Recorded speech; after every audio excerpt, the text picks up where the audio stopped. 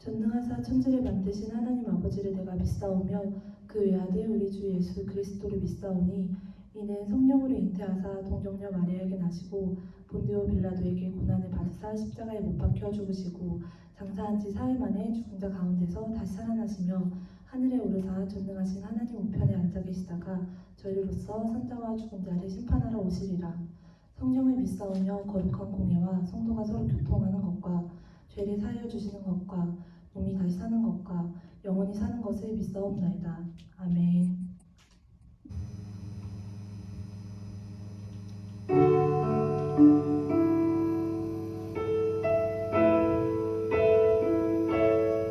할렐루야. 오늘 이 자리 가운데 나오신 여러분들을 모두 환영합니다. 이 시간 우리의 모든 마음을 내려놓고 오직 우리의 마음을 주님께 드리며 나아가는 예배 되기를 원합니다. 이 시간 우리 모두 다 같이 찬양하며 나아갑시다.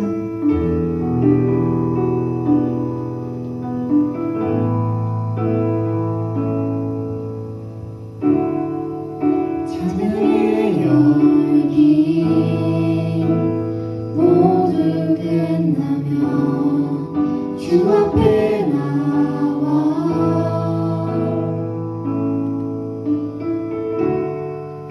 더욱 진실한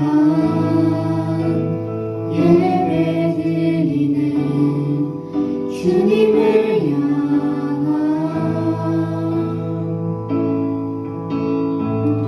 노래 이상의 노래 내 맘 깊은 곳에 주께서 원하신 것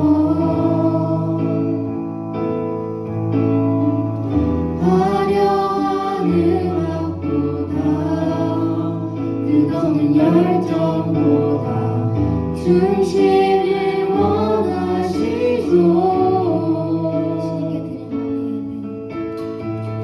주님께 드릴 마음의 예배 주님을 위한 주님을 향한 노래 중심 있는 예배 내려놓고 이제 나 돌아와 주님만 예배해요.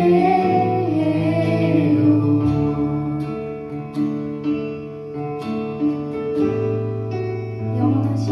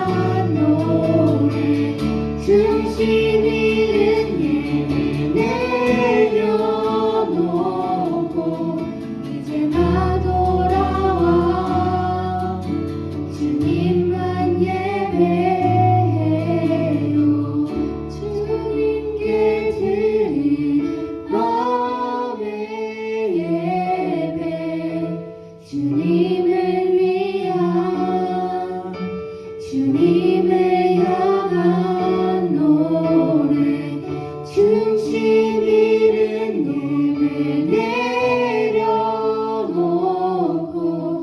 이제 나 돌아와 주님만 예배해요.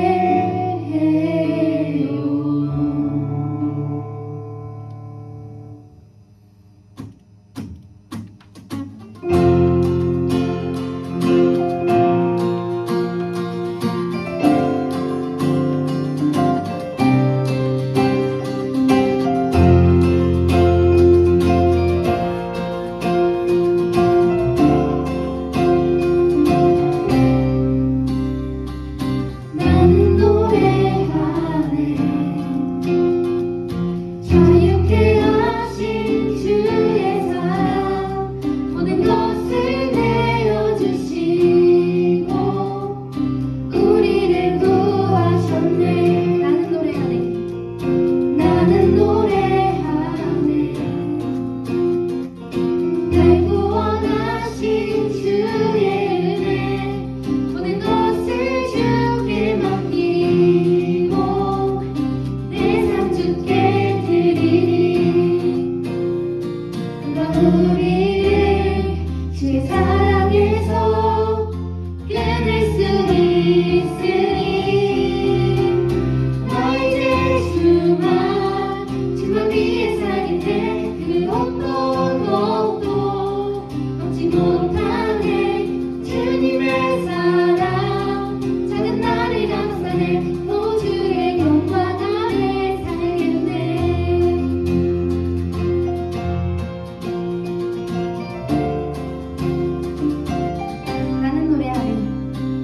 나는 노래하네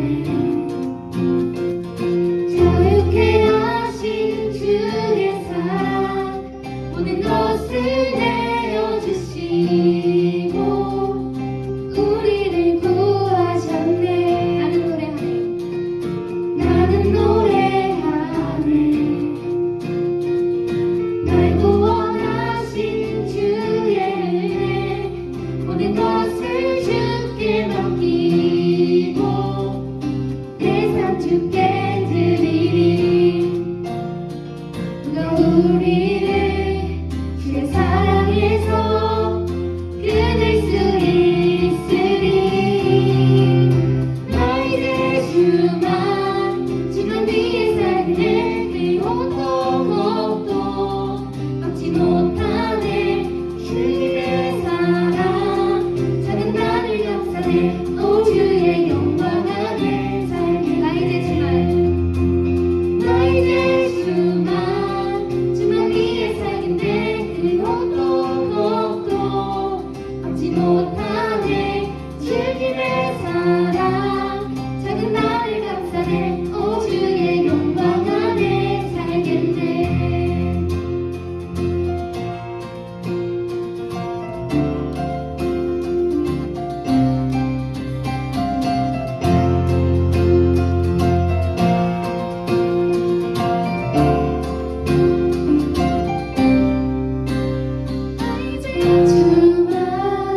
주만 위에 살겠네.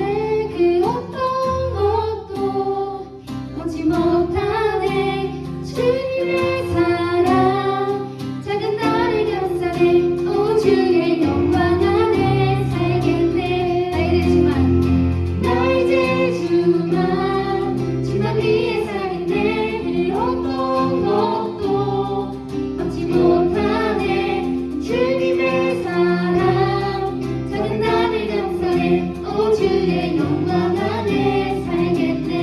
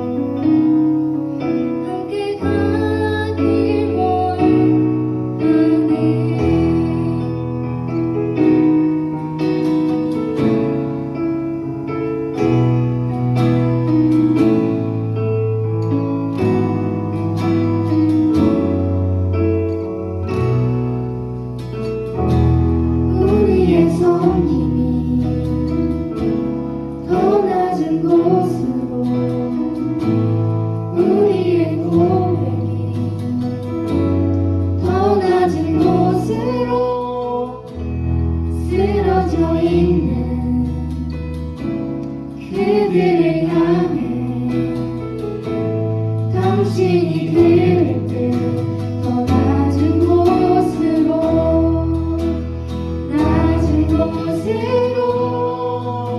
우릴 초대하네. 함께하자고 말씀하시네. 우리도 예수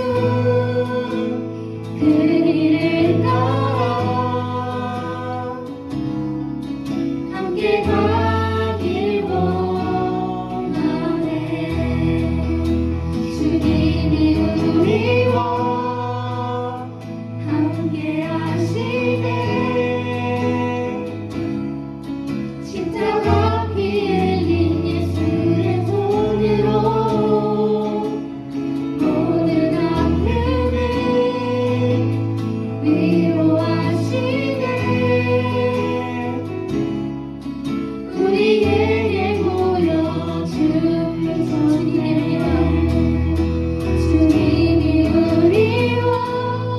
우리와 함께 하시네.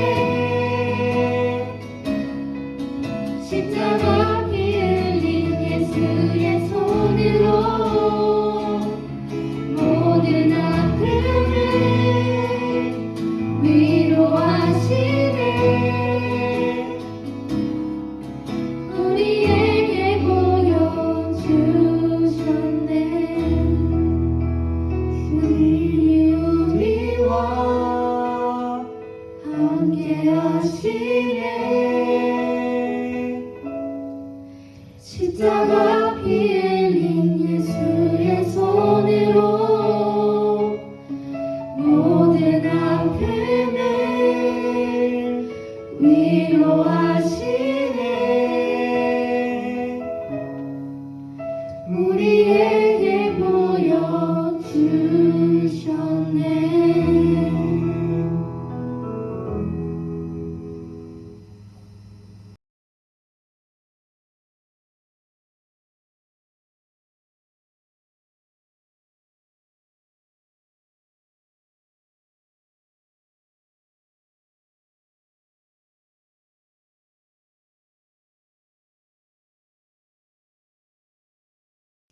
오늘은 사순절 5번째 주일, 부활주일의 전주일, 고난주간을 하루 앞둔 주일, 종려주일입니다. 예수님은 수많은 사역들을 감당하시고 최종적으로 마지막 사역을 위해 예루살렘으로 입성하십니다. 여기서 가장 중요한 것은 예수님께서 예루살렘으로 입성하실 때 왕으로 오셨다는 포인트입니다. 예수님이 왕으로 오셨다는 것을 뒷받침하는 이유 3가지가 있는데, 첫 번째는 한 제자가 예수님이 나귀에 앉으시기 전에 자신의 겉옷을 벗어서 나귀 위에 걸쳤다는 것입니다. 또한 예수님이 나귀를 타고 가실 때 제자들이 자기들이 겉옷을 벗어서 가시는 길에 겉옷을 이렇게 쫙 핀 것입니다. 예수님이 예루살렘으로 들어오시는 것을 정말 귀하게 여겼기 때문에 자신의 겉옷을 당연하게 내어드렸던 것입니다. 우리는 부활주일을 기대하는 마음으로 고난주간을 보내면서 예수님을 정말 존귀한 분으로 생각하고 나의 것을 당연하게 아낌없이 내어드릴 수 있어야만 합니다. 두 번째는 나귀입니다. 겉옷을 당연하게 내어드렸던 것처럼 나귀도 당연하게 내어놓습니다.